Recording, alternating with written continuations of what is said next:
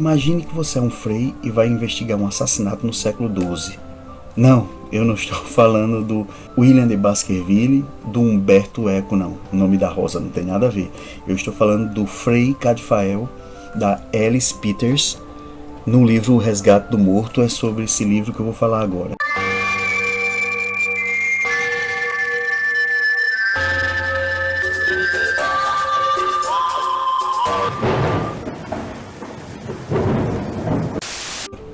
Olá, meus queridos confidentes do universo literário, eu sou Rei Peixoto, autor e booktuber, e este é o canal Rei Peixoto. Sejam todos, como sempre, muito bem-vindos.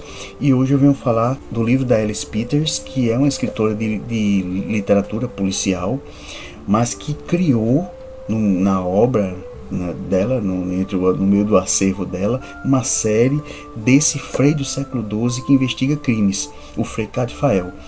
E aqui a gente vai mergulhar num aspecto histórico, num recorte histórico aqui do século XII, onde há conflitos entre pretendentes ao trono e os seus nobres de cada lado ali se digladiando e sempre envolvendo o povo que realizam suas invasões, né? Aqui a gente está tratando da invasão dos galeses no território da Inglaterra, justamente aqui na região de fronteira, onde existe ali uma abadia. E existe também umas monjas que vivem ali reclusas num determinado mosteiro. E existe uma história de amor aí por trás que vai permear a história todinha. Então o que é que acontece? Há um conflito entre os galeses e os ingleses, e com perdas de dois lados, né? E os galeses capturam um xerife ali da cidade da Inglaterra, dessa vila. E também os ingleses acabam capturando um galês chamado Ellis. E eles começam a negociar a troca. Quero de volta o meu xerife e a gente entrega esse Ellis. Só que o Ellis acaba se apaixonando pela filha do xerife, né? Ele conhece a filha do xerife e se apaixona. O problema é que esse galês, o Ellis, ele está com uma pretendente lá, já tem casamento marcado com uma galesa lá, o que gera um conflito.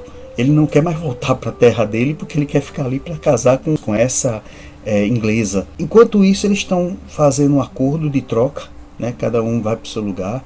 Nessa troca, acaba que o primo, que é o Eliud, acaba vindo também para a Inglaterra como calção, vamos chamar assim. Fica ali com o Ellis. E o xerife está vindo. Ele foi muito ferido na batalha e está vindo pela fronteira. O problema é que quando o xerife chega na Inglaterra, naquele povoado, ele é assassinado. Um belo dia, quando o Frei Cadfael chega lá para verificar se o xerife estava se recuperando, ele estava morto. E aí se começa uma investigação e eles começam a desconfiar do Ellis.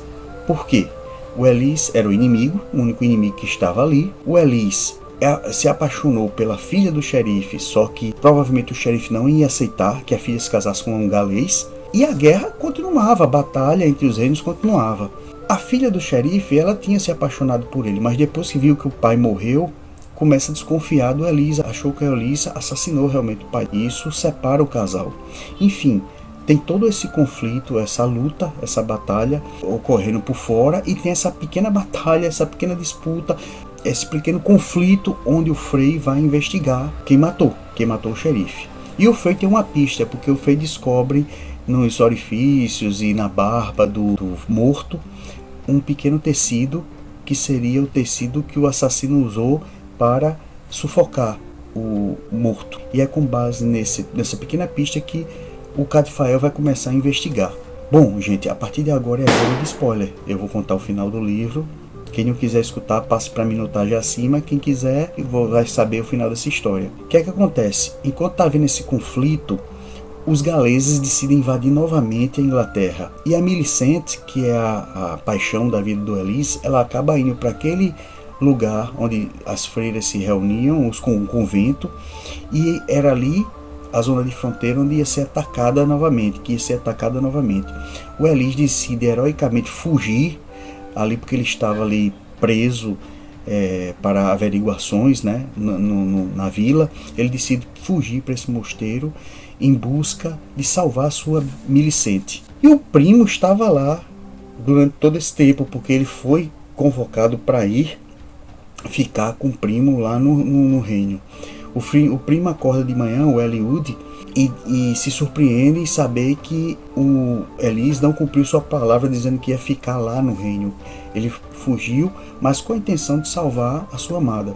Ocorre que o Eliud, ela é apaixonada por Cristina. A Cristina era a pretendente do Elis lá na Gália. E por mais que ele amasse o Elis, ele tinha essa paixão pela Cristina, que fazia com que ao mesmo tempo que ele desejava que o primo sobrevivesse, né, saísse daquela situação de prisão, ele também desejava a morte, porque queria finalizar a vida dele com a pretendente do primo, com a Cristina.